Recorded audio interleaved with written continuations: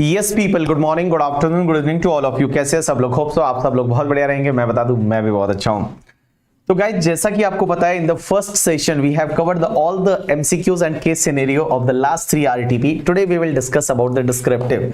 लेकिन डिस्क्रिप्टिव में मैं वही वाले पॉइंट्स को यहां पे हाईलाइट करूंगा जो आपके लिए न्यू है, बिकॉज आपने ऑलरेडी जो पॉइंट पढ़े हुए हैं, अगर उसी का रिपीटेशन रहेगा, लाइक सेक्शन 48(3) 10,000 से ज्यादा कैश में पेमेंट किया तो वो डिसअलाउड होगा एंड ऑल, तो वही वाला अगर होगा तो आपको भी लगेगा क्या कर रहे हैं करके। ठीक है, so guys do one thing, मैं क्या करूंगा, इस वाले जो 3 आरटीपी है उसमें डिस्क्रिप्टिव वाले पार्ट में जो भी बेस्ट एडजस्टमेंट रहेंगे और जो मुझे लगता है कि ये न्यू एडजस्टमेंट है आपके लिए, so that we will covered. And उसके साथ साथ में आपको जहां जहां मुझे लगेगा कि ये क्रूशियल पार्ट है, आपको रिवाइज कराना चाहिए, तो वो मैं आपको रिवाइज करा दूंगा।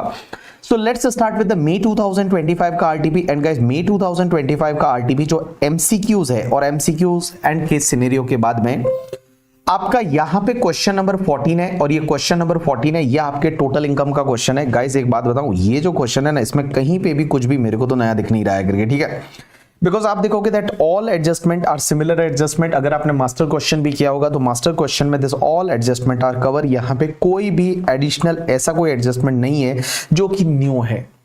सो मास्टर क्वेश्चन जो है ना, जो मास्टर क्वेश्चन में यहाँ पे जो एडजस्टमेंट है वो सेम एडजस्टमेंट यहाँ पे भी है। इसमें कोई भी ऐसा नया एडजस्टमेंट आपको नहीं देखने को मिलेगा।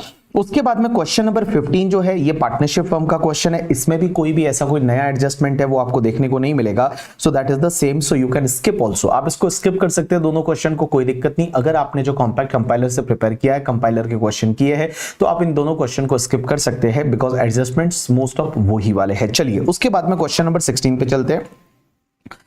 Question number 16 is related to your trust topic, और ट्रस्ट टॉपिक से रिलेटेड क्वेश्चन है। देखिए क्या दे रखा है, XYZ charitable trust registered under section 12AB derive income from the property held under trust is 500 lakh। तो 5 करोड़ का इनका इनकम derived from property है ट्रस्ट का during the financial year 24-25। The trust decide to pay an amount of 200 lakh to the another trust, ABC Educational Trust, which is also registered under section 12AB। तो एक trust दूसरे trust को donation देना चाहता है, तो क्या डोनेशन अलाउ होता है? गाइस यू नो दैट एक ट्रस्ट जब दूसरे ट्रस्ट को डोनेशन देता है तो वो अलाउ तो होता है, but only up to 85% of the donated amount. तो जितना डोनेशन आप दोगे उसका 85% आप अप्लाइड में ले सकते हो। एंड दूसरा, अगर आगे वाले को एज अ कॉर्पस डोनेशन दिया तो फिर आपके अप्लाइड में नहीं आएगा। तो देखिए क्या दे रखा है, how much is the amount paid by the XYZ charitable trust will be considered as application of income for the charitable purpose if such contribution is given with a direction that the same shall be used for the general charitable purpose and not for the corpus। So if it is not for the corpus, then simple है कि भैया out of the 200 lakh multiply by 85%, this इतना आप applied में ले सकते हैं। And with the specific direction that amount shall be form part of the corpus if it is treated as corpus for the other trust। तो भैया आपको applied में नहीं मिलेगा, मींस आपको इसका कोई भी डिडक्शन नहीं मिलेगा। उसके बाद बी पॉइंट क्या बोलता है, would your answer change to the above in the question if such amount is paid out of the accumulation of the XYZ trust? If yes, what the other implication arise in its end?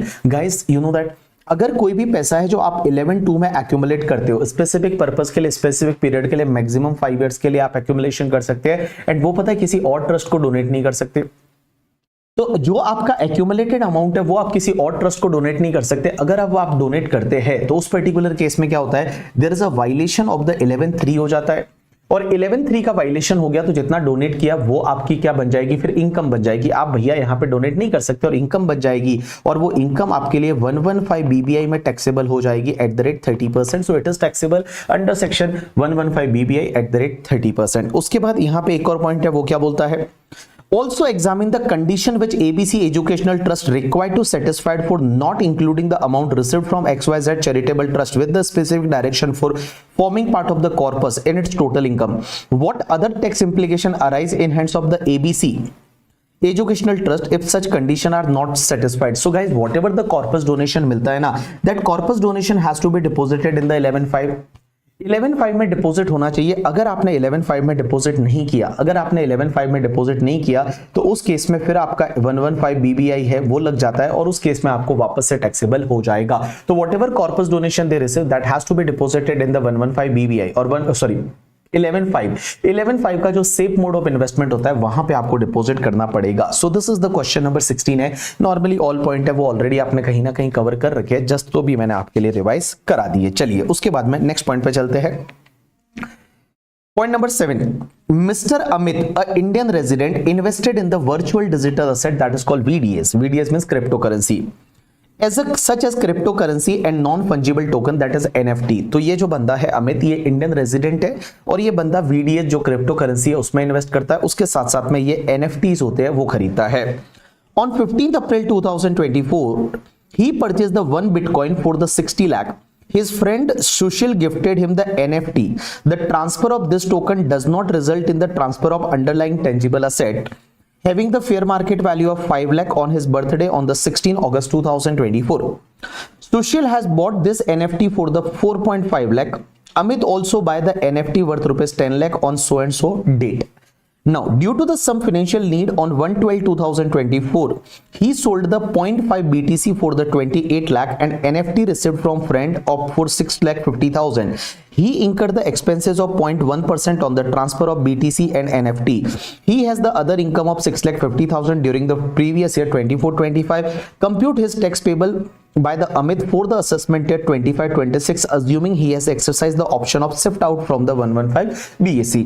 तो guys इसमें एक चीज समझना, सबसे पहले तो उसने जो बिटकॉइन है वो बिटकॉइन खरीदा था, 1 बिटकॉइन खरीदा था 60 लाख रुपए में। उसमें से बिटकॉइन उसने बेच दिया, और बेचा कब? इसने खरीदा था 15 अप्रैल 2024 को, 1 दिसंबर 2024 को आधा बिटकॉइन बेच दिया। और कितने में बेचा? 28 लाख में बेचा। तो अब एक बात बताइए, यहां पे जब आप कैपिटल गेन निकालेंगे, मतलब कैपिटल गेन या इनकम फ्रॉम द निकालेंगे बिटकॉइन, तो यहां पे सेलिंग प्राइस है वो 28 लाख है। अब गाइस एक बात समझना, ट्रांसफर एक्सपेंसेस वगैरह कुछ लेस नहीं होता। जब क्रिप्टो करेंसी की इनकम कैलकुलेट करते हैं तो उसके सामने कोई भी खर्चा अलाउ नहीं होता except the cost of acquisition of that crypto currency. तो cost of acquisition of crypto currency है वो 60 लाख था 1 बिटकॉइन का, तो 0.5 बिटकॉइन का कितना हुआ? 30 लाख हुआ। तो गाइस इसमें से आप कॉस्ट लेस कर दीजिए 30 लाख, तो यहां पे आपका 2 लाख रुपीस का लॉस आ गया। यहां पे आपका 2 लाख रुपीस का लॉस आ गया। क्वेश्चन ये आता है कि क्या सर क्रिप्टो करेंसी VDA का लॉस है वो किसी और इनकम से सेट ऑफ हो सकता है? आंसर इज नहीं हो सकता, वो किसी और इनकम से सेट ऑफ नहीं हो सकता, एज वेल एज उसको कैरी फॉरवर्ड भी नहीं कर सकते, इंक्लूड VDA की इनकम से भी ये सेट ऑफ नहीं हो सकता। तो ये आपका लॉस लैप्स हो जाएगा, इसका कुछ भी नहीं होगा। अब एक और चीज समझना, उसका जो फ्रेंड है ना, उसके फ्रेंड ने इसको एक NFT गिफ्ट किया था। तो अमित का फ्रेंड है सुशील, सुशील ने इसको NFT गिफ्ट किया और NFT का फेयर मार्केट वैल्यू है वो 5 लाख रुपीस है। ये गाइस एक बात बताओ, आपको पता है अपन ने अदर सोर्सेज में 56-10 पढ़ा था, और 56-10 में मैं क्या बोलता था कि अगर मान लो आपको या तो क्या मिलता है, मनी मिलता है, एग्रीगेट मनी मोर देन 50,000 फुल्ली टैक्सेबल, या फिर आपको मूवेबल असेट मिलता है। और मूवेबल असेट में कौन कौन सी असेट कवर होती थी? Share, security, jewellery, drawing, painting, sculpture, archaeological collection, any other work of art, bullion and virtual digital asset. और aggregate fair market value is more than 50,000 then it is taxable. तो guys यहां पे 5 लाख का उसको virtual digital asset मिला है, तो क्या ये टैक्सेबल हो जाएगा? Answer is yes. उसके फ्रेंड ने उसको कितने में खरीदा था उससे कोई फर्क नहीं पड़ता। तो गाइज एक बात बताओ, मैं बताऊं, यहां पे जो 5 लाख रुपीस है, ये 5 लाख आपके इनकम फ्रॉम अदर सोर्सेज में टैक्सेबल हो जाएगा अंडर सेक्शन 56(2)(10। तो अंडर सेक्शन 56(2)(10 है, वो 56(2)(10 में इनकम फ्रॉम अदर सोर्सेज में टैक्सेबल हो जाएगा। So this 5 lakh is going to be taxable under income from other sources. उसके बाद आगे देखिए क्या दे रखा है, यहां पे उसने वो 6,50,000 में बेच दिया, तो 6,50,000 में बेच दिया तो वापस आपकी इनकम बन जाएगी। ही इंकर द एक्सपेंसेस, और NFT जो फ्रेंड से मिला था वो उसने क्या किया, 6,50,000 में बेच दिया, और उसकी जो अदर इनकम है वो भी आपको दे रखी है 6,50,000। तो क्वेश्चन नंबर 17 के जब आप सॉल्यूशन पे जाएंगे ना, तो आपको यहां पे देखिए बेटर अंडरस्टैंडिंग आएगी। मैं आपको बताता हूं क्वेश्चन नंबर 17 में क्या किया। देखिए, तो जो भी आपका यहां पे 2 लाख रुपीस का लॉस है, this loss is not allowed to be set off and carry forward. इसका कुछ भी नहीं होगा, ये आपका लैप्स हो जाएगा। उसके बाद जो NFT मिला था फ्रेंड से, वो पहले IFOS में टैक्सेबल हो गया, तो this is taxable under income from other sources करके 56(2)(10 में। अब जब इसको बेच रहा है तो 650 में बेचा, और कॉस्ट क्या लेंगे? अगर IFOS में टैक्स भरा है तो वो आपकी कॉस्ट बन जाएगी। अगर आपने IFOS में टैक्स भरा है तो जिस वैल्यू पे टैक्स भरा है वो आपकी कॉस्ट बन जाएगी ड्यू टू द सेक्शन 49(4) करके, ठीक है। अब एक बात समझना, इस पे आपने टैक्स भरा है 5 लाख, तो यहां पे 1,50,000 है, ये वर्चुअल डिजिटल असेट का इनकम आ जाएगा, और इस पे आपको 30% की रेट से टैक्स पे करना पड़ेगा। और और ये जो है ये आपकी जो इनकम रहेगी ये अदर सोर्सेज की 11,50,000 इनकम रहेगी जो आपकी स्लैब रेट से टैक्सेबल हो जाएगी। तो आप एक काम करिए, इसमें से 11,50,000 का इनकम है जिसको आप स्लैब रेट से टैक्सेबल कर दीजिए। जो भी आपका 2,50,000 का स्लैब होता है 250 to 5 lakh 5%, 5 lakh to 10 lakh 20%, more than 10 lakh 30%। And guys जो वर्चुअल डिजिटल असेट का 1,50,000 का जो इनकम है उस पर आप 30% की रेट से टैक्स लगा दीजिए, ठीक है।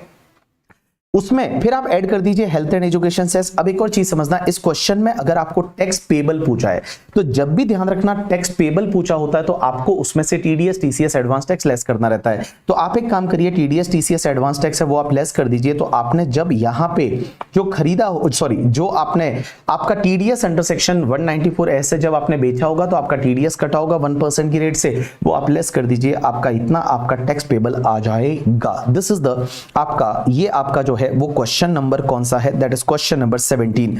उसके बाद चलिए अगले क्वेश्चन पे चलते हैं। अगले क्वेश्चन में कहीं पे कुछ अगर अच्छी चीज हो तो लेट्स सी करके, ठीक है। क्वेश्चन नंबर आपका 18 और क्वेश्चन नंबर 18 क्या बोलता है देखिए, during the previous year 24-25 mister Vivek a non resident became the partner in the partnership firm of the Pal and company India and contributed 50 lakh towards the capital. He has paid the interest of 10% as interest on the capital and his profit share every year by the firm as per the terms of the partnership deed. तो एक बंदा है विवेक जो कि non resident है और वो ये पाल एंड कंपनी करके एक पार्टनरशिप फर्म है, उसमें वो पार्टनर बन जाता है जिसमें वो 50 लाख का कैपिटल लगाता है और उस कैपिटल पे उसको इंटरेस्ट भी मिलने वाला है, उसके साथ साथ में उसको जो है वो शेयर एंड प्रॉफिट भी मिलने वाला है। In previous year 24-25 his profit share was the 4 lakh, उसका जो प्रॉफिट शेयर है इस साल का वो 4 लाख है। During the previous year 24-25 firm paid the 5 lakh to mister Vikas a non resident friend of mister Vivek towards the fees for technical service. तो उसका एक दोस्त है विकास, उसको जो फर्म ने क्या किया, फीस फॉर टेक्निकल सर्विस है वो पे किया है for the rendering of the service for the project in India. Mister Vivek and mister Vikas both are the resident of the country X, ये दोनों ही कंट्री एक्स के रेजिडेंट है। पहला क्वेश्चन क्या पूछा है तो देखिए, पहला क्वेश्चन ये बोला है, as a tax consultant of Pal and Company India, you need to advise the firm regarding the tax deduction at source on the payment, that is interest on capital and share of profit made to Mr. Vivek and FTS payment to Vikas होना चाहिए। यहाँ पे FTS payment to the Vikas, क्योंकि FTS payment का जो payment है वो तो विकास को हुआ था विकास। Considering that India has the no DTAA with the country X and in case tax is not deductible at source, is there is any other related requirement to be complied with by the firm। तो guys एक बात समझना, सबसे पहली चीज तो यह है कि आपने जो पेमेंट किया तो क्या उस पे टीडीएस कटना चाहिए या नहीं कटना चाहिए, कटना चाहिए तो कैसे कटना चाहिए, एंड अगर मान लो यहाँ पे अगर मान लो फॉर एन एग्जांपल जहां टीडीएस नहीं कट रहा है तो आपकी और रिक्वायरमेंट क्या रहेगी। तो गाइज एक बात समझना, सबसे पहली चीज तो जो विवेक बंदा है वो विवेक आपका पार्टनर है, पार्टनर को दो चीजें मिल रही है, one is the interest on capital and second उसको जो मिल रहा है दैट इज द सेकंड उसको मिल रहा है शेयर इन प्रॉफिट। ये गाइस एक बात बताओ, इंटरेस्ट ऑन कैपिटल हमने तो ऐसा पढ़ा हुआ है एक सेक्शन में दैट इज द 194A में, और 194A में ये पढ़ा हुआ है कि अगर पार्टनरशिप फर्म ने पार्टनर को इंटरेस्ट दिया तो उस पे टीडीएस नहीं काटना है under section 194A। But guys if you remember 194A is applicable only in case of the resident पेई, वो सिर्फ रेजिडेंट पेई के केस में लगता है। यहां पे ये नॉन रेजिडेंट है तो टीडीएस काटना पड़ेगा, कौन सी सेक्शन में 195 में टीडीएस काटना पड़ेगा। तो on the interest on capital जो है उस पे टीडीएस काटना पड़ेगा, इंटरेस्ट ऑन कैपिटल है उस पे तो आपको टीडीएस काटना पड़ेगा, ठीक है। दूसरी चीज शेयर इन प्रॉफिट दे रहे हैं उस पे टीडीएस काटने की जरूरत नहीं है because that is the exempted. Share in profit is basically exempted, तो शेयर इन प्रॉफिट पे आपको टीडीएस काटने की जरूरत नहीं है, there is no need to deduct the TDS on the share in profit. अब एक और चीज समझना, एक और बंदा जो है उसका दोस्त विकास, उसको पे कर रहे FTS, fees for technical service. अब गाइस एक बात समझना, फीस फॉर टेक्निकल सर्विस है ना, अगर वो 115A में टैक्सेबल हो रहा है तो उस पे टीडीएस है वो 20% की रेट से कटना चाहिए और टैक्सेबल भी 20% की रेट से हो जाएगा। लेकिन गाइस ऐसा दे नहीं रखा कि यहाँ पे गवर्नमेंट के साथ में अग्रीमेंट और वो अग्रीमेंट गवर्नमेंट ने अप्रूव किया है एंड ऑल, तो मैं ये मानूंगा 115A के हिसाब से नहीं जाता, तो उस पर्टिकुलर केस में फीस फॉर टेक्निकल सर्विस है वो नॉर्मल रेट से टैक्सेबल हो जाएगा in hands of the non resident. तो उस पे टीडीएस कौन सी सेक्शन में काटना पड़ेगा, 195 में काटना पड़ेगा, और 195 में कौन सी रेट से काटना पड़ेगा, rate in force. Rate in force का मतलब होता है आगे वाले के लिए जो टैक्स रेट, और आगे वाले के लिए टैक्स रेट पर अपन 30% ले लेंगे क्योंकि आगे वाला इंडिविजुअल है। तो आगे वाला इंडिविजुअल है तो आप 30% की रेट से टीडीएस है वो टीडीएस काटेंगे। अब एक और चीज समझना, अगर आपका टैक्स नहीं काटते हैं, जैसे मान लो for an example share in profit पे टैक्स नहीं काटते, बट अगर आपका फॉरेन रेमिटेंस होता है तो उस पर्टिकुलर केस में आपको उसका रिपोर्टिंग रिक्वायरमेंट रहता है। जो फॉरेन रेमिटेंस होता है उसका रिपोर्टिंग रिक्वायरमेंट रहता है। आप इसका सॉल्यूशन देखना, आपको थोड़ा समझ में आ जाएगा इसको। उसके बाद क्या दे रखा है, If India has a double taxation avoidance agreement with the country X providing for the deduction of the tax at 10% in respect of FTS, then what is the remedy available in case of the PAL and company India has deducted the tax at the requisite rate provided under Income Tax Act 1961? अब guys एक बात बताओ, इन्होंने क्या किया, पाल and company ने TDS काट लिया 30% की रेट से एफटीएस पे, बट अगर डीटीडब्ल्यू है वो ये बोलता है, डीटीडब्ल्यू है वो ये बोलता है कि भैया इस पे टैक्स रेट है वो 10% ही होनी चाहिए, तो आपने तो ज्यादा टीडीएस काट लिया। तो क्या टीडीएस ज्यादा काट लिया तो उस पर्टिकुलर केस में आप रिफंड के लिए अप्लाई कर सकते हो? Answer is yes. देखो अगर आप बेयर कर रहे हो टैक्स, मींस अगर पाल एंड कंपनी है वो टैक्स को बेयर कर रही है, तो उस केस में एक सेक्शन होती है 239A करके शायद, और 239A में ऐसा दे रखा है कि आपने अगर मान लो ज्यादा टैक्स भर दिया जितना भरना नहीं चाहिए तो आप अप्लाई कर दीजिए और आपको उसका रिफंड मिल जाएगा। लेकिन अगर आप टैक्स बेयर नहीं कर रहे हो, वो आगे वाला पर्सन ही बेयर कर रहा है और उसके इनकम से काटा है, तो उस पर्टिकुलर केस में वो रिटर्न फाइल करके और एक्सेस वाला क्या करेगा, वो उसका रिफंड ले लेगा। So that will be the remedies available करके। ठीक है, चलिए this is the question number 18। Question number 19 पे चलते हैं और देखिए क्वेश्चन नंबर 19 क्या बोलता है। Mr. Bhuvan proposed to purchase for his business certain raw material from the Srinivas. In view of the scrutiny of the product, Srinivas insists on the secrecy of the product. Again, I am reading. Try to understand. Okay, guys. Mr. Bhuvan proposed to purchase for his business certain raw material from the Srinivas. In view of the secrecy of the product, Srinivas insists on the cash payment for the purchases, to which Bhuvan agree. On 27 March 2025, the purchases are effected through the cash invoice of the 3,20,000. In respect of the above transaction, will there be any detrimental effect in hands of the Bhuvan and Srinivas under the provision of Income Tax Act 1961? Explain briefly. तो guys एक बात बताओ, यहाँ पे क्या हो रहा है, भुवन जो है वो परचेज कर रहा है कुछ गुड्स, और परचेज करने के लिए उसने 3,20,000 का कैश में पेमेंट किया। तो कैश में पेमेंट किया तो उस पर्टिकुलर केस में क्या होगा, अगर आप बायर के पॉइंट ऑफ व्यू से देखोगे तो कैश में अगर आपने पेमेंट किया तो आपका सेक्शन 40A सब सेक्शन 3 में ये खर्चा डिसअलाउड हो जाएगा, बिकॉज 10,000 से ज्यादा सिंगल डे में सिंगल पर्सन को पेमेंट किया तो आपका खर्चा डिसअलाउड हो जाता है। तो 40A3 के हिसाब से ये एक्सपेंडिचर डिसअलाउड हो जाएगा। और एक बात समझना, जो पर्सन रिसीव कर रहा है वो उसने क्या किया, सिंगल डे में या फिर सिंगल ट्रांजैक्शन से रिलेटेड या सिंगल इवेंट से रिलेटेड 2 लाख रुपए या उससे ज्यादा का कैश में रिसीव किया, तो वहां पे वायलेशन हो जाएगा 269ST का। और जब 269ST का वायलेशन हो गया तो उसके हाथ में 100% पेनल्टी लगा सकता है एओ करके। ठीक है, तो अगर मैं बात करूं श्रीनिवास की, तो श्रीनिवास के केस में 269ST का वायलेशन हो जाएगा। उसके बाद अगला क्वेश्चन क्या बोला है, will your answer be different if the cash purchase are affected by the buyer Bhuvan on the 2 different date for the different raw material for 1,80,000 and 1,40,000 respectively? तो अगर ऐसा होता है तो उस पर्टिकुलर केस में 40A3 तो लगी जाएगा, बिकॉज 40A3 में तो सिंगल डे में सिंगल पर्सन को कैश में 10,000 से ज्यादा का पेमेंट किया तो वो डिसअलाउड हो जाएगा। तो 40A3 है वो तो आपका लगी जाएगा, लेकिन एक बात समझना 269ST नहीं लगेगा, क्योंकि सिंगल ट्रांजैक्शन या सिंगल डे या सिंगल इवेंट से रिलेटेड 2 लाख या उससे ज्यादा का कैश में पैसा नहीं मिला है। तो उस पर्टिकुलर केस में जो सेलर रहेगा, सेलर को जो पैसा मिल रहा है, उस केस में आपका 269ST का वायलेशन नहीं माना जाएगा। उसके बाद में क्वेश्चन नंबर 20 पे आइए और देखिए क्वेश्चन नंबर 20 क्या बोलता है। क्वेश्चन नंबर 20 बोलता है कि missus Sudha Sharma age 61 years married and settled in Calcutta. तो कलकत्ता में सेटल्ड है, मैरिड है, तो कुल मिला के जब कलकत्ता में रह रही है तो अपन इसको बोल सकते हैं कि आर एंड ओ आर है, क्या है, resident and ordinarily resident. She is a Hindustani classical singer and composer who perform concert in India as well as the country M. She visits the country M every year during the music season in the October to participate in the mega music concert held there. For the rest of the year, she performed the concert in India only. So guys, ये बंदी क्या करती है, country M में जाती है concert में participate करने के लिए in the month of the October. तो देखो, रेजिडेंट एंड ऑर्डिनरीली रेजिडेंट के लिए पूरे वर्ल्ड की इनकम टैक्सेबल हो जाएगी, तो इंडिया की income as well as foreign की इनकम सब टैक्सेबल होगी। Income from concert held in India, तो इंडिया की इनकम है तो भैया ये आपके लिए टैक्सेबल हो जाएगी, बिल्कुल टैक्सेबल हो जाएगी, क्या दिक्कत है। उसके बाद कंट्री एम से आपको जो इनकम हुआ है दैट इज द सीएमडी करके जो करेंसी है वो इनकम हुआ है 12,245 का, ठीक है। तो सीएमडी 12,245 है, उतना इनकम हुआ है। And tax deducted in country M in the October 2024 in respect of the income earn by her in that country was 2,500 CMD. इतना वहां पे टीडीएस कटा है, मींस वहां पे टैक्स जो कटा है, फॉरेन में टैक्स कटा है वो 2,500 सीएमडी है। उसके बाद में आगे क्या दे रखा है, she earn the income of the C&D, एक और दूसरी कंट्री से 10,000 का सीएनडी करके जो है वो सीएनडी करके 10,000 और हुआ है by way of royalty in respect of the copyright of her musical composition in country N करके जो दूसरी कंट्री है। The royalty is paid to her every year on the 25th March after deduction of the tax at the rate 10%। तो मार्च में उनका TDS काटा जाता है और उसके बाद में भैया उनको रॉयल्टी मिल जाता है। एक बात बताओ, पहले तो इस क्वेश्चन में पूछा क्या है वो मैं बता देता हूं, तो उसके बाद में अपने लिए बढ़िया हो जाएगा कि इस क्वेश्चन में पूछा इन्होंने क्या है। तो इस क्वेश्चन में आई थिंक पूछा कहां से, स्टार्टिंग से कहां पूछा क्या है करके, ठीक है।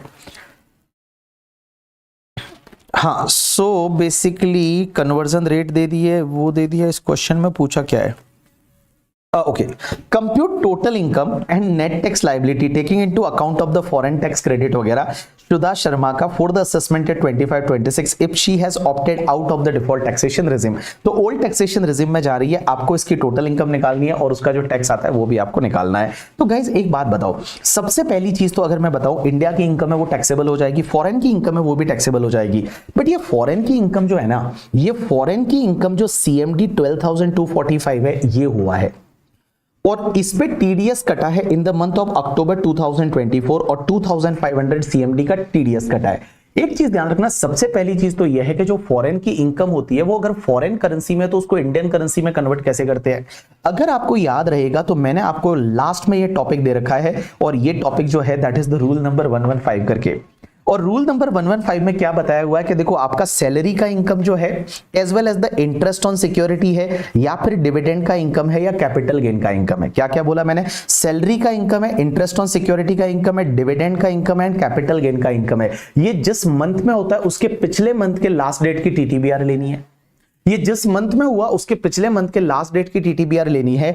एंड गाइस उसके साथ में जो पीजीबीपी का इनकम, अगर आपका जो पीजीबीपी का इनकम है वो अगर आपका नॉन रेजिडेंट का जो शिपिंग वाला बिजनेस है, नॉन रेजिडेंट का शिपिंग वाला है, तो उस पर्टिकुलर केस में भी जिस मंथ का इनकम है उसके पिछले मंथ का लास्ट डेट का टीटीबीआर लेना है। लेकिन इसके अलावा जो भी आपकी इनकम है, इसके अलावा आपकी हाउस प्रॉपर्टी की इनकम है या कोई भी पीजीबीपी की इनकम है या आईएफओएस की इनकम है करके, ठीक है। आईएफओएस की इनकम में कौन सी इनकम को छोड़ के, एक तो इंटरेस्ट ऑन सिक्योरिटी को छोड़ दो और एक डिविडेंड को छोड़ दो। तो interest on security and dividend इनको छोड़ के बाकी अगर कोई आईएफओएस का इनकम है तो हाउस प्रॉपर्टी का इनकम, पीजीबीपी का इनकम एंड आईएफओएस का income, interest on security and dividend को छोड़ के इनके केस में last date of the previous year का टीटीबीआर लेना पड़ेगा और उस टीटीबीआर से आपको उसको कन्वर्ट करना पड़ेगा इन द इंडियन करेंसी। तो गाइज एक बात बताओ, यहां पे अगर मैं इस क्वेश्चन में बात करूं तो इसकी इनकम किससे है, कॉन्सर्ट से है, पीजीबीपी का इनकम है। अगर वो शिपिंग वाला बिजनेस होता तो जिस मंथ में इनकम हुई उसके पिछले महीने की लास्ट डेट का टीटीबीआर। बट ये तो प्रोफेशनल है, ये तो प्रोफेशनल इनकम है, उसकी बिजनेस एंड प्रोफेशन से इनकम है। तो इसके लिए टीटीबीआर कौन सी लेंगे पता है, last date of the year की टीटीबीआर। और अपना last date of the year कौन सा होता है, 31 मार्च 2025। सो 31 मार्च 2025 की जो कंट्री एम की टीटीबीआर रहेगी, तो कंट्री एम की 31 मार्च 2025 की टीटीबीआर दे रखी है दैट इज द 80। तो आप 80 ले लीजिए और 80 से इसको इंडियन करेंसी में कन्वर्ट कर दीजिए। तो आप यहां पे 80 से कन्वर्ट करने जाएंगे तो 12,245 multiply by 80 it's comes to the 9,79,600 है। इतना आपका इनकम आ जाएगा कंट्री एम से। अब कंट्री एन से रॉयल्टी मिला है तो रॉयल्टी भी अदर सोर्सेज का इनकम होता है और अदर सोर्सेज की इनकम को भी कन्वर्ट करने के लिए आपको क्या करना है, लास्ट डेट का आपको क्या लेना है, टीटीबीआर लेना है last day of the year का। तो अगर आप कंट्री एन की बात करेंगे तो कंट्री एन का यहां पे 79 दे रखा है, तो आप 79 से मल्टीप्लाई कर दीजिए। तो ये जो 10,000 है, ये 10,000 का रॉयल्टी का इनकम भी 79 मल्टीप्लाई बाय 10,000 करेंगे तो आपका 7,90,000 है, ये आपका इनकम हो जाएगा इन द इंडियन करेंसी। लेकिन गाइज एक बात बताओ, आपका जो टीडीएस है वो टीडीएस को कैसे कन्वर्ट करेंगे, मतलब जो फॉरेन में टैक्स भरा है एफटीसी जिसको अपन बोलते हैं फॉरेन टैक्स क्रेडिट, उसको इंडियन करेंसी में कैसे कन्वर्ट करेंगे। तो उसके लिए आपको रूल नंबर 128 देखना पड़ेगा। और रूल नंबर 128 जो है वो कॉम्पैक्ट में मैंने पूरा टॉपिक दे रखा है, that is the foreign tax credit का कन्वर्जन। तो जो फॉरेन में आप टैक्स पे करते हो उसको कैसे इंडियन करेंसी में कन्वर्ट करना है, तो जिस महीने में टैक्स भरा उसके पिछले महीने की लास्ट डेट का टीटीबीआर। तो गाइज यहां पे आप देखोगे तो जिस महीने में आपने टैक्स भरा है उसके पिछले महीने की लास्ट डेट का टीटीबीआर है वो आपको लेना है, यहां पे ऐसा दे रखा है। तो देखिए आपने जिस मंथ में टैक्स भरा है, जिस मंथ में आपने फॉरेन टैक्स भरा है, आप TTBR of the SBI on the last day of the previous month in which the tax has been paid और डिडक्टेड शैल बी एडॉप्टेड। तो आप एक काम करो, जिस मंथ में टैक्स भरा है उसके पिछले महीने की लास्ट डेट का टीटीबीआर है वो आपको लेना है। तो आप अगर इस क्वेश्चन में देखोगे तो ये जो टैक्स भरा है ना 2500 सीएमडी वाला, ये आपने टैक्स भरा है अक्टूबर 2024 में। तो अक्टूबर 2024 से पिछला वाला मंथ कौन सा होगा, सितंबर 2024। तो सितंबर 2024 का टीटीबीआर कितना है, 80 है। तो आप इसको 80 से कन्वर्ट कर देंगे तो 2500 मल्टीप्लाई बाय 80 से कन्वर्ट कर देंगे तो इतना आपका फॉरेन टैक्स क्रेडिट है वो आ जाएगा, इतना टैक्स फॉरेन में पे किया। एंड गाइज ये जो है ये मार्च में आपका टीडीएस कटा है, टैक्स कटा है फॉरेन में। तो मार्च में जो आपका टैक्स कटा है, तो मार्च में टैक्स कटा है तो इसको आपका 10% की रेट से, तो that's comes to the 1000 CND. तो इसके लिए आपको क्या करना पड़ेगा, मार्च का पिछला महीना कौन सा होगा, फेब होगा, और फेब के लास्ट डेट का टीटीबीआर लेना है। तो फेब के लास्ट डेट का टीटीबीआर आपका आ जाएगा दैट इज द 78। तो 78 लेके और आप ये दूसरा वाला टैक्स है उसको आप कन्वर्ट करेंगे तो यहां पे 78 का आपका रेट आ जाएगा। आगे देखिए क्या बोल रखा है, in India she has an interest income of 4 lakh from the bank fixed deposit of in her name। so यहां पे उसका इंटरेस्ट इनकम है 4 लाख का बैंक एफडी से। तो पहले तो इसको टैक्सेबल कर दो under income from other sources. But यहां पे देखोगे आप ये सीनियर सिटीजन है, तो सीनियर सिटीजन के केस में आपको अंडर सेक्शन 80 टीटीबी का डिडक्शन मिलेगा। और 80 टीटीबी का डिडक्शन कितना मिलेगा, 50,000 रुपीज मिलेगा। तो इंटरेस्ट पे आपको 50,000 का 80 टीटीबी का डिडक्शन मिल जाएगा। 25,000 from the saving bank account, तो सेविंग बैंक अकाउंट का इंटरेस्ट है आईएफओएस में टैक्सेबल कर दो। 80 टीटीए का डिडक्शन नहीं मिलेगा, means 80 TTA deduction is not available when you are already claiming the 80 TTB का डिडक्शन। तो 80 टीटीए का डिडक्शन आपको नहीं मिलेगा। She pays the medical insurance premium of 27,000 to insure her health and 30,000 to the insure health of her husband, a resident age 64 year। तो guys इसने क्या किया, उसके खुद के लिए एंड उसके हस्बैंड के लिए, दोनों के लिए हेल्थ इंश्योरेंस लिया और हेल्थ इंश्योरेंस के केस में 27,000 एंड 30,000 का पेमेंट किया। आपको डिडक्शन 80D में मिलेगा, बट 80D में मैक्सिमम डिडक्शन कितना मिलेगा, आप सीनियर सिटीजन है तो 50,000। नॉर्मल केस में आपको मिलता है 25,000, बट अगर कोई भी सीनियर सिटीजन है तो उस पर्टिकुलर केस में आपको 50,000 का डिडक्शन है वो आपको मिल जाएगा करके, ठीक है। उसके बाद में आगे क्या दे रखा है, she deposited 1,50,000 in the public provident fund and 3 lakh in the 5-year fixed deposit in the name of her son Mr. साहिल। अब एक बात बताओ, आप अगर अपने सन के नाम पे पीपीएफ में पैसा डालते हैं या लाइफ इंश्योरेंस पॉलिसी लेते हैं तो एटीसी का डिडक्शन मिलेगा। तो यहां पे आपने 1.5 lakh in the public provident fund and 3 lakh in the 5-year fixed deposit अब आपके सन के लिए लिया। तो गाइस अगर आपको याद रहेगा मैंने आपको बोला था life insurance policy and PPF में ऐसा है कि आप खुद के लिए लो, स्पाउस के लिए लो या चिल्ड्रन के लिए लो तो एटीसी का डिडक्शन मिल जाएगा। तो 1.5 लाख पे आपको एटीसी का डिडक्शन मिल जाएगा, लेकिन आपने जो है वो अपने सन के लिए फिक्स डिपॉजिट में पैसा डाला है, इस पे एटीसी का डिडक्शन आपको नहीं मिलेगा। और एटीसी ऐसे भी खत्म हो गया ना, मैं लाइक 1.5 लाख आपने ले लिया तो एटीसी की लिमिट तो यहीं पे खत्म हो जाती है। आपसे पूछा क्या है, India has no double taxation avoidance agreement with country M but DTWA with the country N. तो गाइस इंडिया का अगर मान लो कंट्री एम के साथ डीटीडब्ल्यूए नहीं है तो कंट्री एम की जो इनकम रहेगी उस पे जो आपको टैक्स पे रिबेट मिलेगा वो सेक्शन 91 में मिलेगा। और सेक्शन 91 के हिसाब से क्या करोगे, पहले तो आप इंडिया में टैक्स निकाल दो और इंडिया का एवरेज टैक्स रेट और फॉरेन का जो टैक्स रेट आएगा और फॉरेन का एवरेज टैक्स रेट आपको यहाँ पे मिल जाएगा। तो विच एवरेज लोअर होता है उतने से आप क्रेडिट ले लो जो भी आपकी डबली टैक्स इनकम है उस पे। लेकिन गाइस कंट्री एन के साथ आपका डीटीडब्ल्यूए है। अब कंट्री एन का डीटीडब्ल्यूए बोलता क्या है, तो कंट्री एन का डीटीडब्ल्यूए बोलता है कि basically royalty and fees for technical service से related there is article number 12 और आर्टिकल नंबर 12 बोलता है royalty and fees for technical service, it is fees for included service arising in the contracting state and paid to the resident of other contracting state may be taxed in the other state also. So guys DTAA ये बोलता है कि भैया जो technical service है ना वो दोनों ही कंट्री में टैक्सेबल होगी, मीन सोर्स कंट्री में भी टैक्सेबल होगी और रेजिडेंट कंट्री में भी टैक्सेबल हो जाएगी, क्योंकि इन्होंने बोला हुआ है कि अदर कॉन्ट्रैक्टिंग स्टेट में भी ये टैक्सेबल हो सकता है। लेकिन गाइस जब दोनों जगह टैक्सेबल हो रही है तो इसका कोई रिबेट मिलेगा या नहीं मिलेगा? राइट आंसर इज, देखिए आगे क्या दे रखा है, दैट इज द आपका क्वेश्चन नंबर जो है article number 23, that is elimination of double taxation. ये क्या बोलता है? The amount of tax paid under the law of the country N and in accordance with the provision of the agreement, whether directly or deduction by resident of India in respect of income from source with country N which has been subject to tax both in India and the country N shall be allowed as credit against the Indian tax payable in respect of such income, but in an amount not exceeding the proportion of Indian tax with such income bears to the entire income chargeable to Indian tax। तो guys in simple word में एक बात बताओ, यहाँ पे बोला है कि जब डबल टैक्सेशन हो रहा है किस पे, आपका जो रॉयल्टी है उस पे डबल टैक्सेशन हो रहा है, तो डबल टैक्सेशन को एलिमिनेट कैसे करना है उसके लिए आर्टिकल नंबर 23 बोलता है। तो आर्टिकल नंबर 23 ये बोलता है कि रेजिडेंट वाली कंट्री उसका क्रेडिट देगी, लेकिन रेजिडेंट वाली कंट्री क्रेडिट कितना देगी कि उस कंट्री में जितना टैक्स लग रहा है और इंडिया में उस इनकम पे कितना टैक्स लग रहा है, विच एवर इज लोअर वाला क्रेडिट मिल जाएगा। तो यहाँ पे क्रेडिट का सिस्टम जैसा आपका जो सेक्शन 91 वाला है वैसा ही आपका चलेगा। तो आप क्या करेंगे पता है, देखो सबसे पहले यहाँ पे जब आप रिबेट लेते टाइम कंट्री एन की इनकम जो है उसके सामने जो टैक्स है वो टैक्स निकाल दीजिए नॉर्मल, और जो भी वहां पे टैक्स पे किया है दैट इज द 10%, और इंडिया में जो टैक्स आ रहा है विच एवर इज लोअर रहेगा उतने का आपको क्रेडिट मिल जाएगा। अब आप इसका सॉल्यूशन देखेंगे तो आपको समझ में आ जाएगा। चलिए उसके बाद में क्वेश्चन नंबर 21 क्या बोलता है, Manan who remain in country X return to India permanently in the 1st Feb 2024।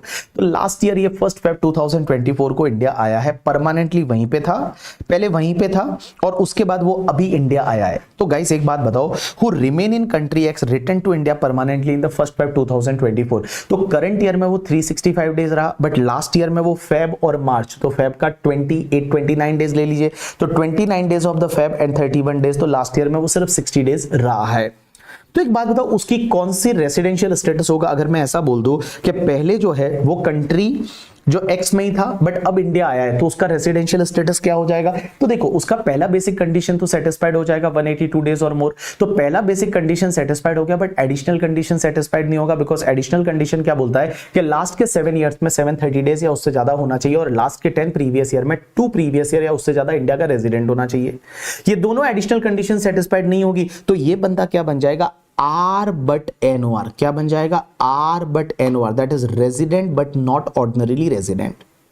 And guys एक बात बताओ, जब वो resident but not ordinarily resident बन गया, resident but not ordinarily resident बन गया तो कौन सी इनकम टैक्सेबल होती है पता है? देखो अगर आप आर एंड ओ आर बन जाते हो तो पूरे वर्ल्ड की इनकम टैक्सेबल होगी, आर बट एनओआर बन जाते हो तो इंडिया की इनकम टैक्सेबल होगी और फॉरेन की इनकम सिर्फ बिजनेस कंट्रोल्ड फ्रॉम इंडिया है या प्रोफेशन वो सेटअप इन इंडिया है वही टैक्सेबल होगी। और गाइस अगर आप नॉन रेजिडेंट होते हो तो सिर्फ इंडिया की इनकम है वही आपके लिए टैक्सेबल होती है। तो देखिए ये बंदा बन गया आर बट एनओआर, तो आर बट एनओआर के लिए सिर्फ इंडियन इनकम और फॉरेन की वही वाली इनकम जो बिजनेस कंट्रोल फ्रॉम इंडिया है। ठीक है, तो देखिए क्या देखा है, he has a house property in the country X from which he earned and received the rental income so and so in the March 2025। guys house property उस foreign country में, क्या ये इनकम इंडिया में taxable होगा? Answer is no, this income is not taxable in India, तो उसका अपने को कोई लेना देना नहीं है करके। ठीक है, उसके साथ साथ में he is eligible for basic exemption limit in the country X and on the balance income he paid the income tax in that country। भाई ये जब इनकम ही अपने लिए टैक्सेबल नहीं है तो इसका क्या रिबेट विबेट कोई क्वेश्चन ही नहीं आता। आगे देखिए क्या दे रखा है, the tax was paid for the let out property on the income earned in country X for the both the year। ये मैं बताऊं इससे कोई लेना देना नहीं है, ये सिर्फ एंड सिर्फ आपको कंफ्यूज करने के लिए इतनी सारी इंफॉर्मेशन दे रखी है। His income from the business in India is 12,50,000 for the year ended 31st March 2025. So only this is the taxable. Indian income is taxable for him. That foreign का income is not taxable. Foreign का अगर business control from India होता तो वही taxable होता। उसके बाद he transferred the land situated in Indore in the 2024 current year में to Mr. सार्थक for the 80 lakh and which acquired in the 2022 for the 30 lakh। तो गाइज यहाँ पे सार्थक को उसने इस साल में लैंड बेचा है 80 लाख में और खरीदा था 30 लाख में, तो मैं बोलूं 50 लाख का आपको लॉन्ग टर्म कैपिटल गेन हो जाएगा। इंडेक्सेशन नहीं होगा, इंडेक्सेशन नहीं होगा because if you transfer on और आफ्टर 23 जुलाई 2024 तो आपको इंडेक्सेशन तो यहाँ पे नहीं होगा, देयर इज नो इंडेक्सेशन करके, ठीक है। लेकिन गाइज एक बात समझो, आप टैक्स कैलकुलेट करते टाइम आपको ऑप्शन मिल जाएगा, आंसर इज यस, बिकॉज यहाँ पे वो चारों कंडीशन सेटिस्फाइड होती है। एसएससी इंडिविजुअल एचयूए पे उसने इमूवेबल प्रॉपर्टी है 23 जुलाई 2024 से पहले खरीदी थी, 23 जुलाई 2024 के बाद में बेच रहे हैं, तो टैक्स निकालते टाइम आपको क्या करना है 12.5% विदाउट इंडेक्सेशन और 20% with indexation, whichever is lower रहेगा उतना आपको टैक्स पे करना है। और उसके बाद में गाइस ये सब चीजें इंफॉर्मेशन दे रखी है, फॉरेन की इनकम का कन्वर्जन रेट एंड ऑल, ये इररिलेवेंट है बिकॉज जब उसके लिए फॉरेन की इनकम ही टैक्सेबल नहीं है तो उसको कंसिडर करने की जरूरत भी नहीं है करके, ठीक है। Next question is question number 22 that is related to the transfer pricing, जिसमें आपको यह बताना है कि ये एसोसिएट एंटरप्राइज है या नहीं। तो आप अगर इसको एक बार रीड कर लोगे तो आपको समझ में आ जाएगा कि ये एसोसिएट एंटरप्राइज है या नहीं है। If they are the associate enterprise तो ट्रांसफर प्राइसिंग लगेगा, एसोसिएट एंटरप्राइज नहीं है तो ट्रांसफर प्राइसिंग नहीं लगेगा। तो बड़ा सिंपल सा यहाँ पे 3-4 केस दे रखे जो देख के आपको समझ में आ जाएगा कि ये एसोसिएट एंटरप्राइज है या नहीं। सो दिस इज द आपका आरटीपी था जो कि मई 2025 एग्जाम के लिए था करके, ठीक है। चलिए उसके बाद में अपन चलते हैं अगली आरटीपी पे, और अगली आरटीपी जो है वो हम लेंगे that is the September 2025 exam वाली, ठीक है। सो चलिए सितंबर 2025 एग्जाम वाली आरटीपी।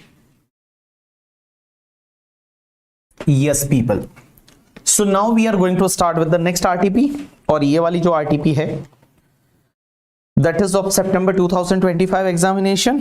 अगर अपन पहले क्वेश्चन की बात करते हैं तो obviously there is no any additional adjustment, ये वही वाली चीजें हैं, ईपीएबीएक्स मोबाइल फोन वगैरह जो चीजें हैं same, there is not a single new adjustment in this question number 14। Question number 15 की अगर मैं बात करें तो question number 15 is basically related to the trust. तो चलो ट्रस्ट से रिलेटेड तो आपके साथ डिस्कस कर ही लेते हैं क्योंकि थ्योरेटिकल रहता है, आप भूल जाते हैं बहुत बार। तो देखिए क्या दे रखा है, Shanti Foundation, a charitable institution registered under section 12AB, is engaged in the prevention of the forest. So ये prevention of the forest में engaged है, preservation of the forest. The accountant of the institute provide the following detail of the institution to you as a chartered accountant. Examine and discuss the treatment of each of the independent situation in hands of the charitable institution for the previous year 24-25 as per the provision of Income Tax Act 1961. Your answer should be followed with the reason. First point.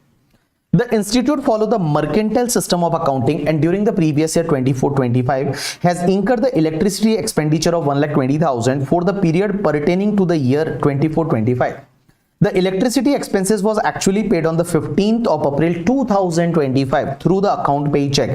In which year such expenditure will be treated as application? Hey guys, देखो मैंने आपको बताया था trust के case में आपको application उस year में मिलता है जिस ईयर में आप एक्चुअल में पेमेंट करते हैं। तो जिस ईयर में खर्चे का, ये एक्सप्लेनेशन थी पूरे सेक्शन 11 के लिए, और इस एक्सप्लेनेशन के हिसाब से आपको डिडक्शन उस ईयर में मिलेगा जिस ईयर में आप एक्चुअल में पेमेंट करेंगे। तो आपने जो एक्चुअल में पेमेंट किया है वो प्रीवियस ईयर 25-26 में किया है, तो आपको डिडक्शन कौन से ईयर में मिलेगा 25-26 में मिल जाएगा। उसके बाद the foundation was cultivating 15 hectare of the agriculture land from agriculture operation, इनको ये इनकम हुआ। क्वेश्चन ये आता है क्या एग्रीकल्चर इनकम है वो एग्जेम्प्ट हो जाएगा? Right answer is yes. Guys agriculture income को ऐसे अप्लाइड वगैरह करने की जरूरत नहीं, ऐसा आपने बोला था कि नॉर्मली क्या होता है कि जब आप 11-12 का एग्जाम्शन लेते हैं तो 10 की सीरीज की कोई भी एग्जाम्शन नहीं मिलती, बट 1023C मिलती है, 10-1 मिलती है। तो भाई साहब 10-1 में आपका जो एग्रीकल्चर इनकम एग्जेम्प्ट होता है तो वो एग्जेम्प्ट हो जाएगा, आंसर इज यस, वो एग्जेम्प्ट हो जाएगा। उसके बाद Shanti Foundation has earned the rental income for the previous year 24-25 amounting to rupees 4 lakh. It's received only 3 lakh up to the 31st December 2024 of such income. However, the balance of the 1 lakh was received on the 31st August 2025. Up to what period the institute can apply the same amount towards the object of the institution? The institution has exercised the relevant option in this regard. So guys, आपको अगर याद रहेगा तो मैंने आपको ये बताया था कि अगर मान लो आप mercantile system of accounting follow करते हैं और आपने क्या किया कि कुछ ऐसी इनकम को रिकॉर्ड कर दिया जो आपको रिसीव नहीं हुई है, तो उसमें कुछ नहीं करना, आप एओ को लिख के दे दीजिए करके, ठीक है। एओ को आपको लिख के दे दीजिए कि जिस ईयर में ये मिलेगी उस ईयर में या उसके अगले साल एक्चुअल में अप्लाइड कर देंगे, तो करंट ईयर में वो डीम टू बी अप्लाइड हो जाएगी। लेकिन उसमें आपको एक फॉर्म नंबर 9A करके देना पड़ता है। कब तक देना पड़ता है? At least 2 month before the due date of the return filing आपको वो फॉर्म देना पड़ता है। तो गाइस यहां पे आपको जब ये अगस्त 2025 में मिला, suppose in the 2024 you have exercise that option validly, तो आपको प्रीवियस ईयर 25-26 में मिला, तो आपको कब तक इसको यूटिलाइज करना पड़ेगा? 26-27 तक। सो टिल 31 मार्च 2027 तक जो है वो आपको उसको एक्चुअल में अप्लाइड करना पड़ेगा। उसके बाद में नेक्स्ट पार्ट पे चलते हैं। And next part is related to the question number 16 is related to TDS TCS. ये क्वेश्चन क्या बोलता है? Mr. Raju purchased a scrap of 55 lakh from the Sandeep for the purpose of his manufacturing unit and credited him in the books of accounts. Mr. Raju furnished a certificate to Sandeep that the scrap shall be utilized for the manufacturing process carried on by him and shall not be used for the trading purpose. तो guys एक बात बताओ, एक section होती है TDS में 206C subsection 1, और उसमें जो गुड्स दे रखे हैं ना, उसमें स्क्रैप भी दे रखा है, alcoholic liquor for human consumption है, तेंदू लीव्स है। अगर वो जो प्रोडक्ट है आप अगर खरीदते हो और आप ये डिक्लेरेशन दे देते हो, रेजिडेंट पर्सन ये डिक्लेरेशन देता है कि इसको हम किसी और गुड्स के मैन्युफैक्चरिंग में यूज करने वाले हैं, तो उस पर्टिकुलर केस में आपका टीसीएस 206C सबसेक्शन 1 में नहीं आता। लेकिन अगर 194Q की कंडीशन सेटिस्फाइड होती है तो 194Q में आ जाएगा। आगे देखिए क्या दे रखा है। Mr. Raju made the payment of 45 lakh during the previous year 24-25 to the Sandeep. Assumed turnover of both Raju and Sandeep from the business carried on by them exceed 10 crore in the financial year 23-24. तो guys यहाँ पे क्या होगा ना, यहाँ पे TCS 206C subsection 1 में तो नहीं आएगा बिकॉज वो डिक्लेरेशन एंड ऑल दे रहे, बट बेटा 194Q में आ जाएगा। आंसर इज यस, बिकॉज आपने जो गुड्स खरीदा है वो 50 लाख से ज्यादा का है, तो 50 लाख से ज्यादा का है तो in excess of the 50 lakh है, उस पे आपको टीडीएस है वो काटना पड़ेगा। कौन सी सेक्शन में? 194Q में 0.1% की रेट से टीडीएस काटना पड़ेगा। उसका अगला क्वेश्चन बोलता है Mister Rajat took a loan of 12 lakh from his employer Josh private limited an Indian domestic manufacturing company for the sponsoring the study of his daughter in the Australia. Out of that amount, he remitted 9,75,000 towards the fees for the university in the Australia for his daughter for the educational purpose on the 1/10/2024. The remittance was made through the same authorized dealer under the liberalized remittance scheme of the RBI. तो guys एक बात बताओ, India के बाहर अगर आप particular limit that is 7 lakh से ज्यादा का रीएम्बर्समेंट इंडिया के बाहर रेमिटेंस करते हो अंडर द LRS स्कीम, तो उस पे आपको TCS आता है, और TCS आता है 206C सबसेक्शन 1G में। लेकिन उसमें टीसीएस का रेट क्या होता है कि नॉर्मली 20% है, बट एजुकेशनल या मेडिकल पर्पस के लिए है तो 5% रहेगा। तो यहां पे 7 लाख के ऊपर वाले पे 5% की रेट से टीसीएस आएगा। लेकिन उसमें एक चीज ये है कि सर अगर मान लो out of the educational loan लिया है बैंक से वगैरह, तो बैंक से वगैरह जो 80E में दे रखा है वैसा एजुकेशनल लोन लिया है तो वो रेट आपकी 0.5 हो जाएगी। लेकिन गाइस यहाँ पे एजुकेशनल पर्पस के लिए तो है, लेकिन आपका एजुकेशनल लोन नहीं है, ये एजुकेशनल लोन नहीं है ना, आपने अपने एम्प्लॉयर से लोन लिया, this is not a educational loan, तो यहाँ पे 0.5% वाला बेनिफिट नहीं मिलेगा, यहाँ पे 5% की रेट से टीसीएस आ जाएगा under section 206C subsection 1G करके, ठीक है। चलिए उसके बाद में क्वेश्चन नंबर 17। क्वेश्चन नंबर 17 क्या बोलता है? That is Samaksh Limited filed its return of income under section 139(1) on the 15 September 2023. तो guys 15 September 2023 को इन्होंने रिटर्न फाइल किया for the assessment year 23-24. The return was found to be defective and the intimation was issued on the 10th May 2024 directing the assessee to rectify the defect within the 15 days. The defect was rectified on the 19th May 2024. The return was processed and intimation was sent on the 15th July 2024. Subsequently, the assessing officer issued a notice under section 143(2) on the 21st June 2025. CA of the Samaksh Limited contended that the notice was the time barred and it is issued beyond the permissible limit given under section 143(2) by the assessing officer. एक guys एक बात बताओ, आपने return file किया था, वो return आपने file कब तक किया था? कब किया था? 15 सितंबर 2023 को। आपको स्क्रूटनी के लिए 143(2) का नोटिस कब तक आ सकता है? 3 month from the end of the financial year in which return was filed. तो यहाँ पे आपका फाइनेंशियल ईयर था 31 मार्च 2024 और वहां के एंड से अगर आप 3 मंथ लोगे तो 30th जून 2024। 30 जून 2024 तक आपको नोटिस आ सकता है। अब हुआ क्या, यहां पे आपका रिटर्न कुछ डिफेक्टिव था, उन्होंने कुछ टाइम दिया, उतने दिन में आपने डिफेक्ट रेक्टिफाई कर दिया। लेकिन क्वेश्चन ये आता है डिफेक्ट रेक्टिफाई किया और ये लोग स्क्रूटनी का नोटिस भेज रहे हैं, वो 21 जून 2025 को भेज रहे हैं, तो क्या ये टाइम बार्ड है या नहीं? Right answer is yes, it is a time barred. ये टाइम बार्ड है, ये गलत है, क्योंकि ऐसा एक केस लॉ है, अगर मैं आपको बताऊं तो this question is based on the one of the case law, and that case law का नाम क्या है मैं आपको बता देता हूं। केस लॉ का नाम है that is the travel designer India private limited, और ये मैंने आपको जो एक लिस्ट दे रखी है नई केस लॉ की, उसमें भी ये दे रखा है।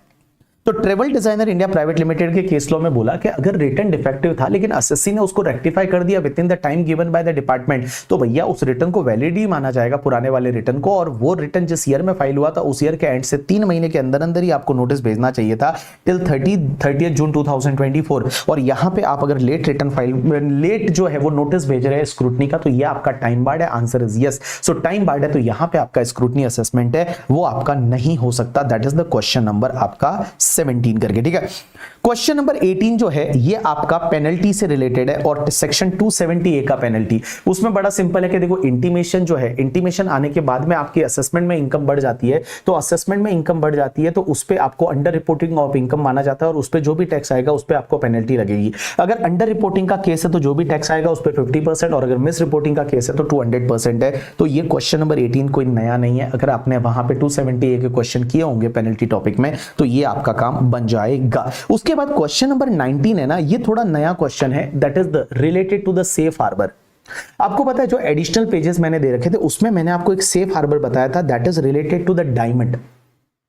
कि देखो इंडिया में अगर मान लो कोई फॉरेन कंपनी है, वो क्या करती है, नोटिफाइड जोन में डायमंड का सिर्फ डिस्प्ले करती है, तो वो एक्टिविटी जो है उस पर इंडिया में टैक्स नहीं लगेगा, because that is not treated as the business connection. You know that business connection की डेफिनेशन में हमने पढ़ा था कि अगर फॉरेन कंपनी है वो इंडिया के किसी नोटिफाइड जोन में डायमंड का सिर्फ डिस्प्ले एक्टिविटी करती है, then it is not treated as the business connection. But अगर वो डायमंड को सेल करती है तो उस पर्टिकुलर केस में भैया उस पर टैक्स लगेगा। आंसर इज यस, सेल किया तो उस पर टैक्स लगेगा, और टैक्स लगेगा और उसकी इनकम मानी जाएगी। लेकिन उसके लिए एक सेफ हार्बर रूल है। सेफ हार्बर रूल क्या है कि ग्रॉस रिसिट का अगर आप 4% इनकम बता देते हो then it is the safe harbour.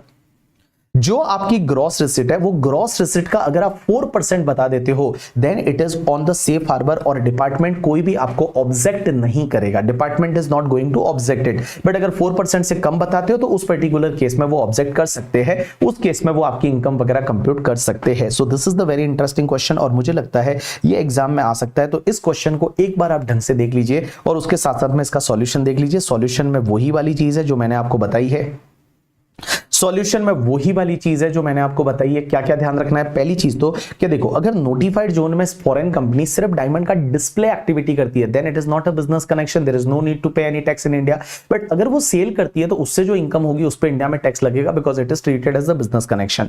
लेकिन उसके लिए एक सेफ हार्बर रूल है, और सेफ हार्बर रूल ये बोलता है कि ग्रॉस रिसिट का अगर आप 4% इनकम बता देते हो तो उस पर्टिकुलर केस में ये सेफ हार्बर है, department is not going to object that. इस बेसिस पे आप इसका सॉल्यूशन और क्वेश्चन को रीड कर लीजिए, आपका काम बन जाएगा। उसके बाद क्वेश्चन नंबर 20 है ना, ये क्वेश्चन नंबर 20 कुछ नया क्वेश्चन नहीं है। This is the similar to our DTAA question.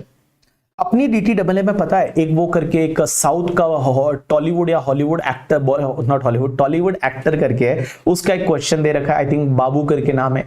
Question number 10 है अपने कंपाइलर का, और क्वेश्चन नंबर 10 में सेम ऐसा का ऐसा दे रखा है कि भैया इंडिया का उसका जो हाउस प्रॉपर्टी का इनकम इतना है, कंट्री एक्स में हाउस प्रॉपर्टी का लॉस है, आई थिंक अमाउंट भी सेम है यहाँ पे।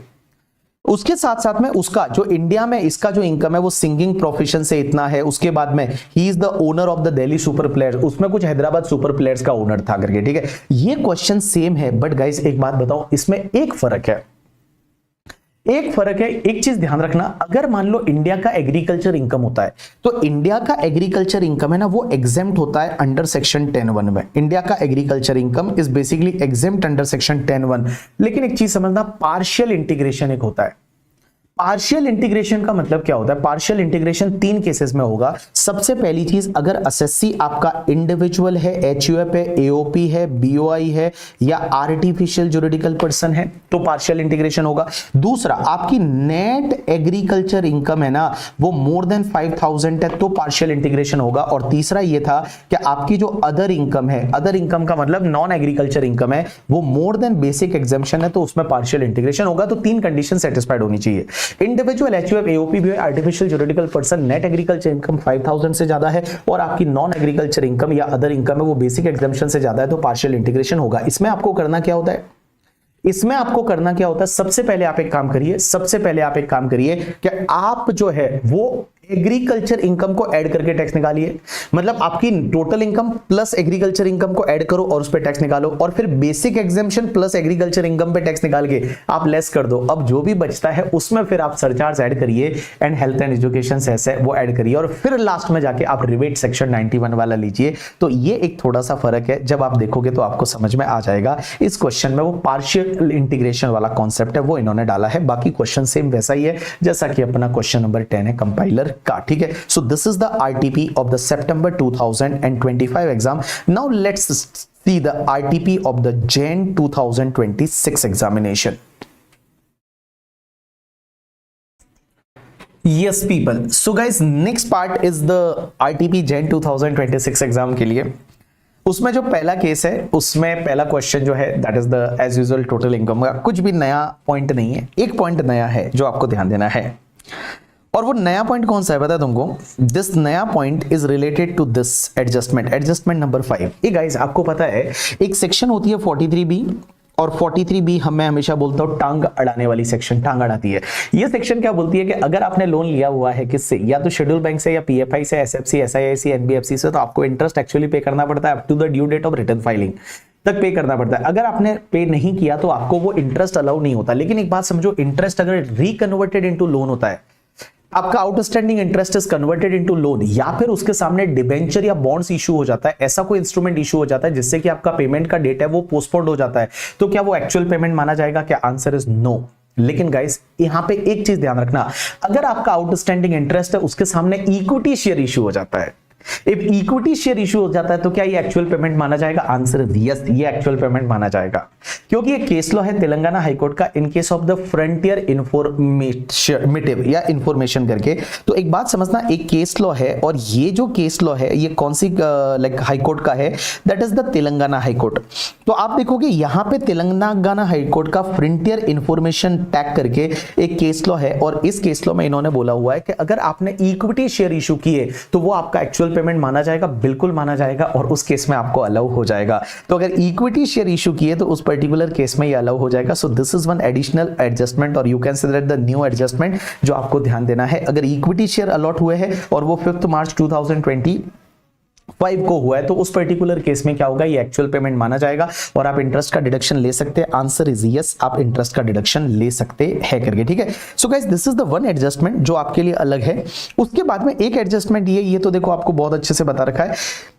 एक चीज समझना, उसी में जो 43B होता है, 43B का एक क्लॉज नंबर H होता है कि अगर आप माइक्रो या स्मॉल एंटरप्राइज से कोई भी गुड्स या सर्विस खरीदते हैं तो आपको उसको पेमेंट करना पड़ेगा। पेमेंट कब तक करना पड़ेगा? अगर रिटर्न अग्रीमेंट है तो अग्रीमेंट में जो डेज दे रखा है तब तक, लेकिन मैक्सिमम 45 डेज हो सकता है, और अग्रीमेंट नहीं है तो आपको 15 डेज के अंदर अंदर पेमेंट करना पड़ेगा। अगर आपने पेमेंट कर दिया तो खर्चा इस साल में अलाउ होगा, अदरवाइज जिस ईयर में आप पेमेंट करोगे उस ईयर में अलाउ होगा। अब यहां पे क्या हुआ कि आपने ये P&L के डेबिट में अभी तक डाला नहीं है, लेकिन आपने 12 लाख का गुड्स खरीदा on the 13th of March 2025 from the green power component a supplier registered as a micro enterprise करके, ठीक है।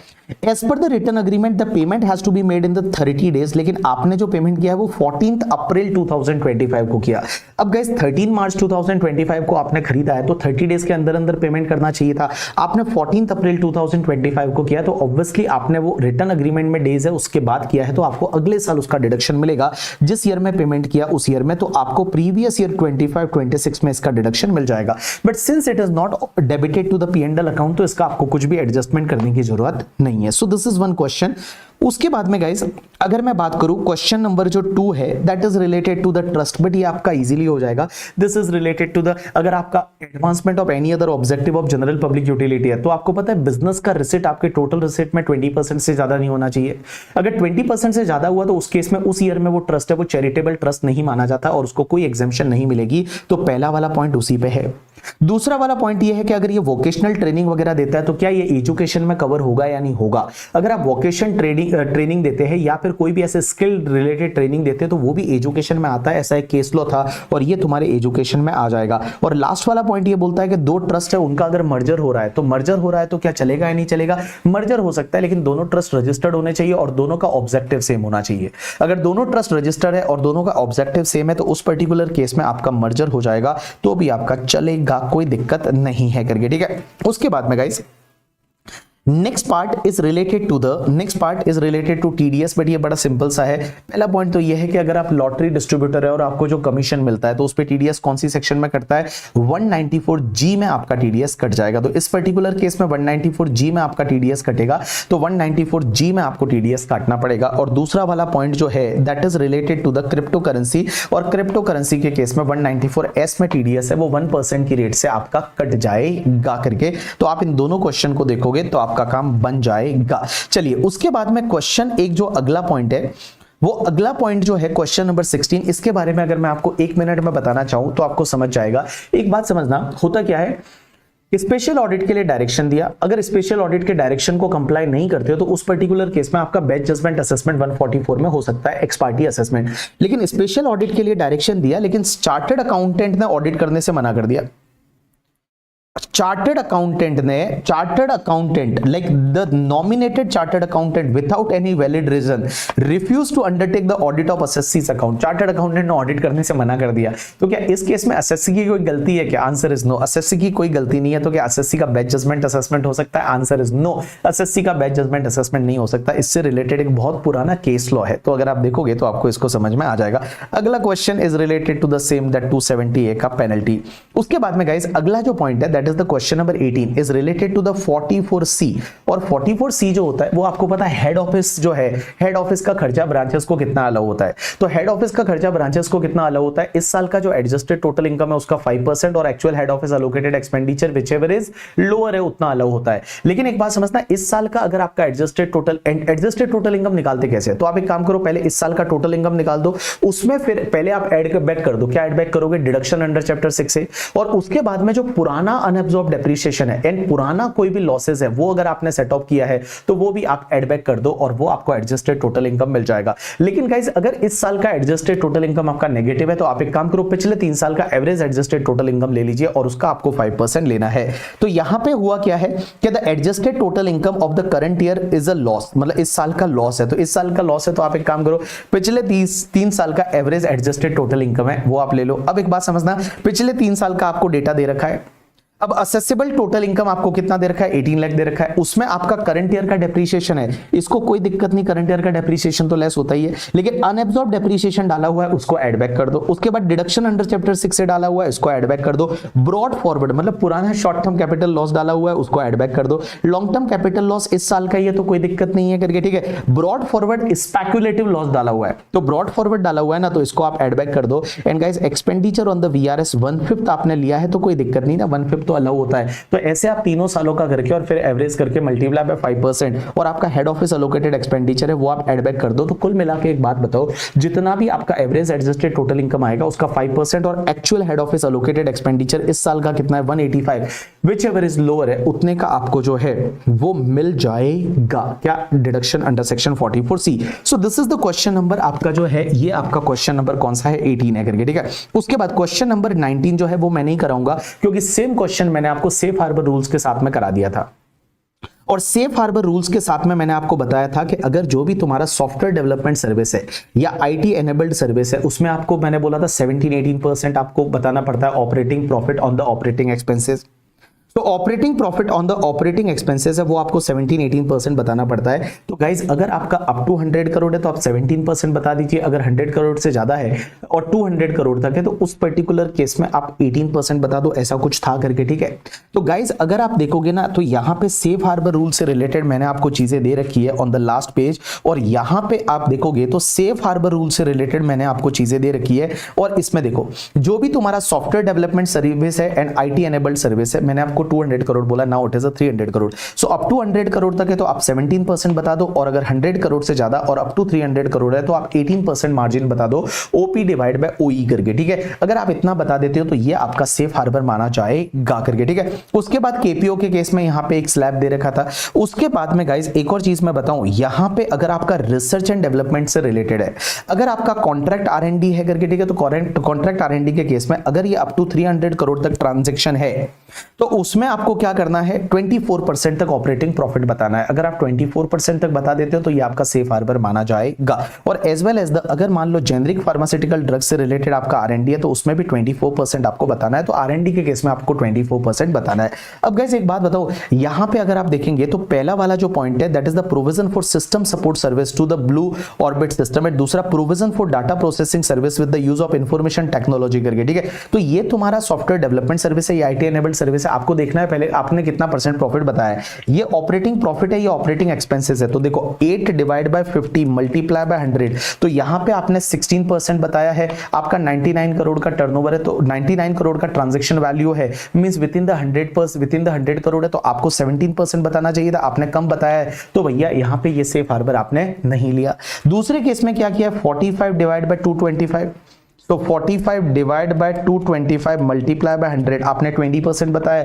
आपको बताना कितना चाहिए था, 300 करोड़ तक है तो आपको 18% बताना चाहिए था, और आपने 20% बताया, तो कोई बात नहीं, it is according to the safe harbour. और लास्ट पार्ट है प्रोविजन ऑफ कॉन्ट्रैक्ट आरएनडी। तो कॉन्ट्रैक्ट आरएनडी से रिलेटेड क्या होता है, कॉन्ट्रैक्ट आरएनडी में आपको 24% बताना पड़ता है।